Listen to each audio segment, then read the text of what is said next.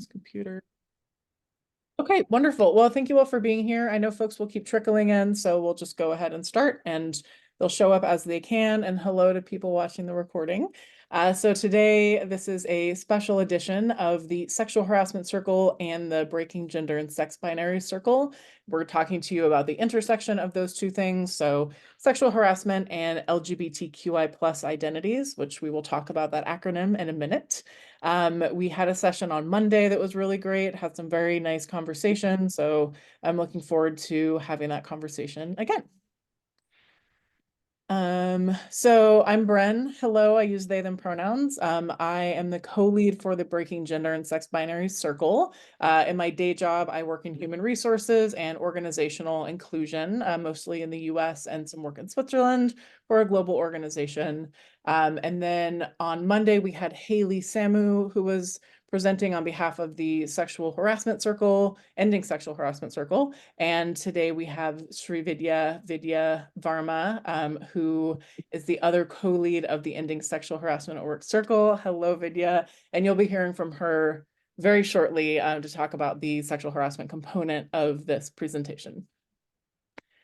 So a little bit about the Breaking Binary Circle. Some of you are here from that circle, so you're familiar. Some of you are not. So our mission is to foster a space to share experiences across cultures and learn more about the complexities of gender and sex diversity in order to create individual and collective change. So we're really here talking about gender, sex, sexual orientation, lots of queer conversations. So if you want to join, we can share the link later on. Always happy to have new members. And then our values are belonging, care, co-creation, and curiosity. So if that sounds like a space you want to be in, please do join us. And then I'm going to go ahead and turn it over to Vidya, who will tell you about the Ending Workplace Sexual Harassment Circle, and we'll start the conversation. Thanks, Bren. I hope I'm audible. Yes, sounds great. So we started this Ending Workplace Sexual Harassment Circle a long time back. Since I think 2018, we are hovering around the space, but we were not that active. So we relaunched our circle in September 2023. And since then, it has been going great. And our mission is to share research, collate thoughts, and create a space for sharing resources on ending workplace sexual harassment particularly. And our goal is to promote equality and create safe workplaces across the globe. And so far, we have had some very interesting circle meetups. One of them being, we started it with Haley, our circle co-lead, presenting on survivor-centered approach, major shift in understanding how sexual harassment is experienced and how people have come out of it and how they are, giving inputs to make places safer. And we also had a great session from Alison Pips from University of Newcastle, who talked about changing organizational culture in order to create safe spaces. We also had Andrea from Canada talking about collective and individual well-being in terms of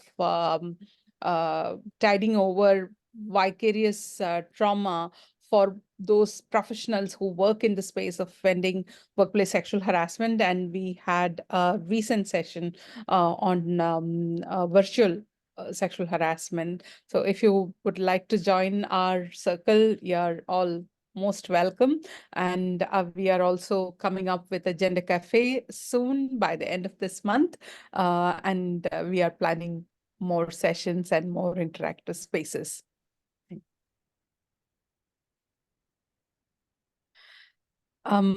As far as SGP, for those who are not familiar with this group who are joining new, you have a space to co-create knowledge. It is a space to or space to share resources on global gender justice. And our goal is to promote feminist action and feminist research, raising the profile of gender expertise.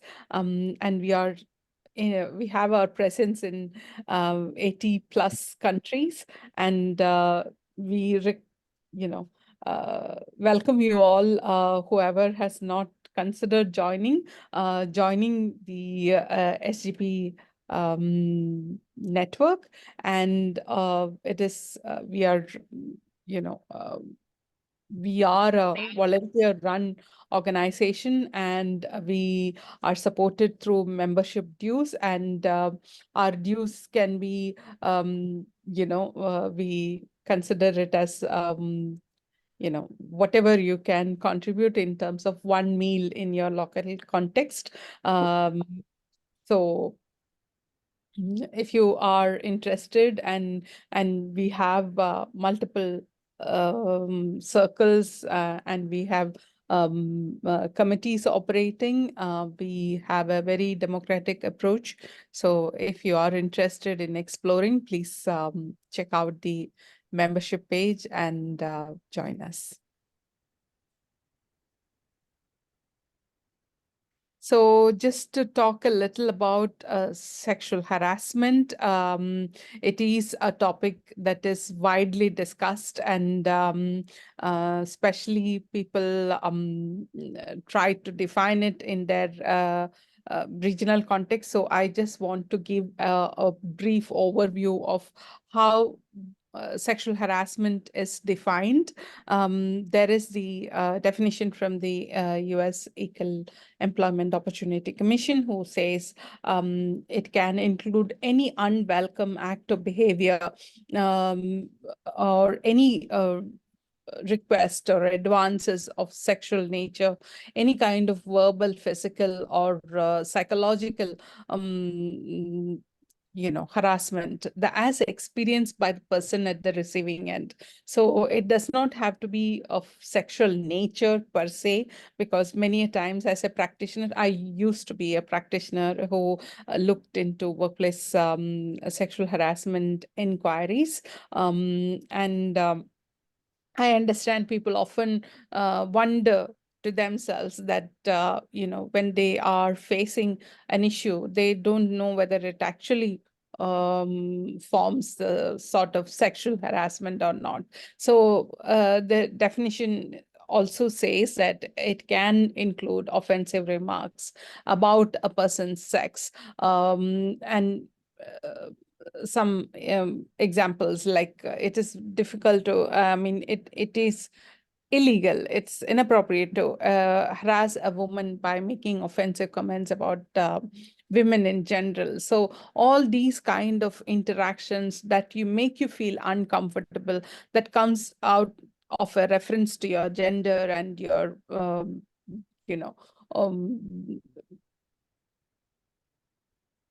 particular identity, that can all contribute to harassment. And ILO has a definition which is slightly different, where whatever any behavior that is of sexual nature, they consider unacceptable, inappropriate to the recipient. So it all stems from how you experience a behavior. And there is one more definition which we can give as any unwanted behavior directed at a woman or to anyone, which involves a conduct of sex-based harassment, or some sexist behavior. So all these definitions kind of give an overview into, basically comes down to anything that is unwanted.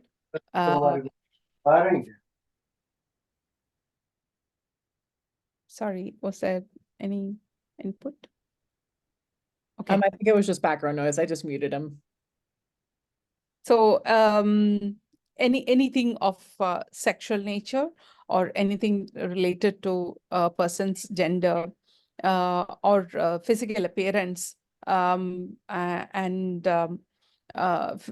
physical appearance with connotations to their gender or their physical aspects. All these can contribute to a potential scenario of sexual harassment.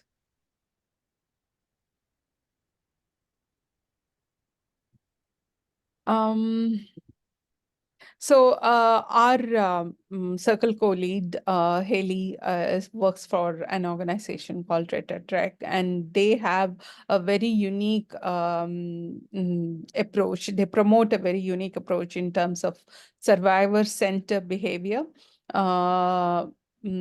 because when we target uh, awareness on workplace sexual harassment, it is the training sessions can occasionally become pedantic, and everyone can think about it is not about me, it's about someone else. So the approach is to think from the perspective of a survivor, where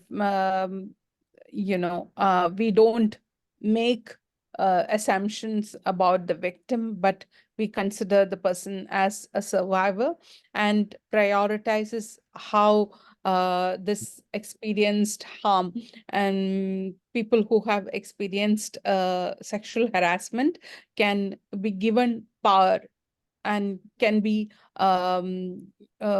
treated with respect and be supported through the redressal process. So, whether a person has been experiencing harassment, and the perpetrator may have done it intentionally or not, the person experiencing harassment is going through a traumatic or a difficult experience, which they need to be given support to overcome. So the focus is on impact. Impact matters, and it is more about what is done, what is intended, rather how it has impacted the person who is at the receiving end. So this approach is very effective in terms of helping people overcome the experience of workplace sexual harassment, and also in imparting meaningful awareness to workplaces and creating an environment, developing an environment which is safe for everyone. And I think, yeah, so it's over to me. Thanks so much for that, Vidya. Very important to distinguish and talk about how sexual harassment is about sex and gender as well as sexual-based content. So I'm going to talk a little bit more about that through, first I'm going to do a really quick primer on LGBTQI plus identities. I do want to make a comment that this is like a very American-centric and global North-centric acronym. So not everybody uses this, not everybody identifies under that, but that is the language I'm going to be using to sort of encompass like this broad community of folks. So I want to start with an interactive not conversation, but like to hear from you about the alphabet soup of the LGBTQIA2S+. So if folks could put in the chat what the L stands for, if you know what L stands for in the acronym, would love to see if folks are aware of that. Lesbian, yes, thank you, Alyssa. So lesbian is generally considered to be women who love or are attracted to other women. It does get complicated with gender. For example, I'm a non-binary person who identifies as a lesbian, but that's maybe a different conversation. But yes, L is for lesbian. What about the G? Do you folks know what the G stands for? Gay. Yes, thanks so much, Nadia. So gay is generally considered to be men who love men or are attracted to men, but it can be, women and people of other genders can identify as gay as well. And then the B, I see Nicolene, you already put in the chat. That's great. Stands for bisexual. So traditionally that has meant people who are attracted to both, quote, both genders, to two genders. Now we know that there's a lot more than two genders. So bisexual really means people who are attracted to two or more genders. And then, yes, the T folks are already putting in the chat. That's great. Transgender. I will talk a little bit about this on the next slide. But transgender are people who do not identify with the gender that they were assigned at birth. And then what about, I have two Qs here. Does anyone know what one or both of the Qs stand for? Yeah, queer and questioning. Great. So some of the acronyms you see have the two Qs, some just have one. Queer is sort of an umbrella term for essentially for people who are not straight and cisgender. So it could be somebody who is a lesbian, somebody who is transgender, a transgender lesbian. Some people identify their sexualities or their genders as queer. So it's sort of a blanket term. Sometimes I'll say like the queer and trans community. Or instead of just listing off the entire alphabet. But yeah, that's what that means. It's kind of a blanket term.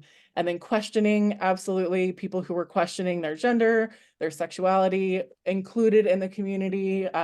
We welcome you and we are happy to help you figure that out because sometimes it can be very complicated. Then next is the I. What about the I? Yes, thank you, Trina. Intersex. So intersex is people whose sex characteristics, their physical characteristics, do not meet typical norms for male or female. So that can be genitals, it can be hormones, it can be chromosomes. We won't get into everything that that means, but this is about the physical body, not about the internal identity. Then how about for the A? This can actually stand for a couple different things, but there's one that's usually used here. Yeah, asexual, great. So people who are asexual do not experience sexual attraction. There's also aromantic, which is people who do not experience romantic attraction, because some people distinguish the two of those. So, you know, folks who don't experience sexual attraction are absolutely included in this community. And then 2S, does anyone know what the 2S means? Yes, two-spirit. So two-spirit is it's again, this is fairly US centric. So two-spirit is a blanket term for indigenous gender identity of indigenous peoples in the within North America in particular, but sometimes 2S, two-spirit is used to refer to people of indigenous gender identities all over the world. There are a lot of gender identities based on in different cultures, in different countries and contexts. So 2S is sort of a blanket term. There's a lot of blanket terms within this blanket term, I'm noticing as I'm saying this. And then the plus is just to include more. There's always new phrases coming up. There's new words. Not everything is included in these letters. So it's to make it a more inclusive acronym. You'll also hear SOGI-esque sometimes. This is used particularly in UN contexts, United Nations contexts, or a lot of global organizations. So this stands for I put orientation twice. Sexual orientation, gender identity and expression, and sex characteristics. So somebody with diverse SOGI-esque might be somebody who identifies under the LGBTQI plus umbrella. So diverse SOGI-esque is another acronym that you'll see a lot. So just super quick about the transgender umbrella. There's binary trans people and non-binary trans people, and we refer to both of them under this umbrella. So binary people are, you know, trans men and trans women. A trans man is someone assigned girl at birth who identifies as a man, and then a trans woman is someone who was assigned male at birth who identifies as a woman. And then non-binary gender identities, there are so many. It's really quite the broad spectrum. There's gender queer, gender fluid, agender, lots more. I won't list them all. So non-binary people are generally considered to be part of the transgender umbrella. And then if you're not transgender, that generally means you are cisgender. So cis is the Latin, it's the opposite of trans. So cis means on the same side and trans means on the opposite side. So that's what cisgender and transgender mean. Okay, so I'm going to put it all together and talk about harassment and these, you know, queer and trans identities. So, you know, when we talk about harassment, often, especially in, you know, gender-focused spaces, we're often talking about women experiencing harassment from men because this is by and large the harassment that does happen, and I'm not minimizing that whatsoever. But we also have some different gender contexts here. So women can harass men, men can harass other men, women can harass women, and then non-binary and trans people experience harassment by people of all genders. And so it's not just women who are getting harassed by men. And yeah, sadly, being gender diverse invites a lot of extra harassment in the workplace. So some of the harassment that trans and non-binary people experience include a refusal to acknowledge their gender identity. So this can be misgendering someone. That means using the wrong pronouns, right? I use they, them pronouns, for example. Vidya uses she, her. So if somebody were to swap those, that would be misgendering. And then a dead name is what somebody was named when they were born. And a lot of queer and trans people will not use their dead names anymore. They will use a chosen name, right? I use Bren. That is different than what my parents assigned my name when I was born. And so if somebody refused to call me Bren and they instead called me my dead name, that could be considered harassment.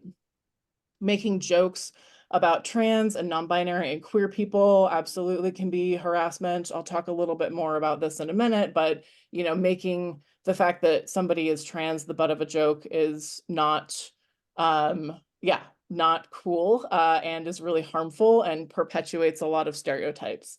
And then just using, of course, slurs or harmful, outdated language. Try to have an understanding of what the updated language is in your context. It's different in English, depending on where you are in the world. And then, of course, there's different terms in different languages as well. So just understanding what the community wants to use for itself. And then I put severe or pervasive here.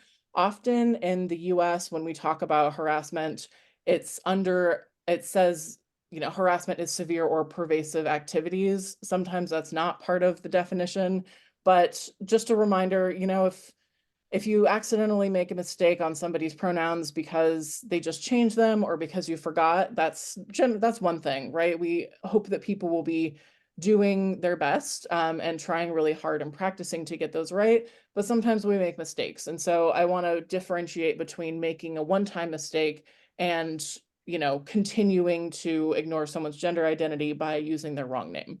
That's a different situation. So some of the impacts of harassment, like any harassment, this can lead to disengagement and poor performance and high turnover. So this is really bad for not just individuals, but it's bad for businesses. So we want to make sure we do not have harassment of anybody of any gender or sexual orientation or sex at the workplace. It's bad for the workplace. It causes people to stay closeted or try to conform to sort of typical, we call it cisnormative or heteronormative norms, which this also, there's a lot of research around how bad it is for people to stay closeted. It's really bad for them emotionally. It also lessens community visibility. So maybe half of your workplace is queer and trans, but nobody knows because everybody's in the closet, right? That would be a great, a great percentage of queer people in a workplace. But yeah, we don't know that the community exists if we are all in the closet. I mentioned this a little bit before, but harassment leads to poor mental health. So queer and trans people have a much higher instance, especially trans youth, of depression, anxiety, self-loathing, suicidal ideation. It's really hard for everyone, but especially queer and trans youth to just be accepted, and this really impacts their emotional health. And then it just generally creates a bad workplace culture that is dominated by those with privilege. So people with privilege want to say that their way is, quote, normal, or it's the best way to be. And so that might be, white hetero men who want everybody to act like them. And that's not the kind of workplace that we want to create. We want everybody to be able to show up as themselves and have diversity there. So we don't want to create a workplace culture that has a lot of harassment because that can silence a lot of people. Super quick reminder, it's not always illegal. So harassment, especially towards queer and trans people, varies a lot, especially because it's not even legal to be queer or trans in a lot of places. There's not a lot of workplace protections that exist for us around the world. There's, yeah, really not a whole lot. So laws can vary, but we can do our best to abide by inclusive best practices and try to make those workplaces open and inclusive for queer and trans people so that they're not experiencing harassment. So a couple best practices, and then we will move on with the conversation. One of the best practices I like to remind folks is to just not assume people are straight or cisgender. Again, cisgender is the opposite of transgender, and straight is the, kind of the opposite of gay for purposes of this conversation. So don't assume that is everyone. There's queer people all around you, and a lot of them might be in the closet for various reasons, but we are still there. If somebody changes their name or their pronouns, practice that. It's really important to get those right when you're talking to the person, but also when you're talking about them. You can set a really good example for other people by using that correct name or using those correct pronouns. Changing pronouns is really hard. I know it is. I have messed up with my friends before. People mess up with me at work. Yeah, it's difficult, but with intentionality and with practice, it is something that we can all get better at. Don't ask inappropriate questions. A lot of trans people will get asked about surgery, or queer people will get asked about who they have sex with, and that is completely inappropriate. If it's not a question you would ask a straight person or a cis person, then you shouldn't be asking queer or trans people, especially in the workplace. Like, that is not appropriate workplace conversation. So just think about the questions you're going to ask. We don't owe you explanations about our lives, about our bodies, about what we do in the privacy of our own homes. So yeah, just be respectful. Don't use transgress gender norms as a punchline. So if your punchline or you're making a joke about like, haha, it was a man in a dress the whole time, or haha, he was gay, then that's making light of like really serious situations that put people in a lot of danger and cause a lot of emotional harm. And it also normalizes that these are joking matters, and we really want to normalize that we should be respecting people, not making fun of them.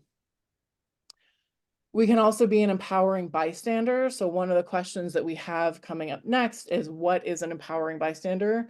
So we can talk about what that means. Part of what that means is asking the person, if you can, like what being a good ally or a good bystander is for them. So do they want you to correct other people when they use the wrong pronouns? Do they want you to correct people if they make assumptions about your sexuality, right? What does that mean, and how can you stand up for them? So we'll talk a little bit about that. And then we can always all learn more, especially those of us or those of you who are not within the umbrella of the LGBTQI plus community. So we have some links here that I have developed that SGP has shared. There's an inclusion at work series, which talks about inclusion for a lot of these identities, gender transition at work. There's a video on LGBTQI plus inclusion. There's genderbread This is a person, meeting. coming out Meeting. handbook, and decolonizing gender zine. So I could have a whole rant about gender and colonization. I will not do that here, but you can learn a little bit more through the zine. So those are just a couple inclusive best practices and links for you to learn more. I'm also happy to answer questions either now or in email later. I talk about queer inclusion a lot, so definitely happy to continue doing that. So I'm going to briefly read out the discussion questions, just so it's on the recording. Then I'm going to stop recording and we can start having discussion. So we have 4 questions. The first one is, in your cultural context, what barriers do you see to protecting LGBTQI plus people from sexual harassment in the workplace? The second one is, what legal or policy change movements are happening in your context to protect LGBTQIA plus people from workplace sexual harassment? So the first one is general protection at work. The second one is about like legally or policy, what's going on there. The third question is, how can bystanders respond without taking away the power and autonomy of the person experiencing discrimination? That's really important, to not step in for people who are marginalized, who might be experiencing discrimination. And then the fourth question is, what are some practical ways that workplaces can improve the reporting mechanism and support for members of the LGBTQI plus community, especially using that survivor-centered approach? So those are our questions. Again, I'm going to stop recording. And thanks for watching.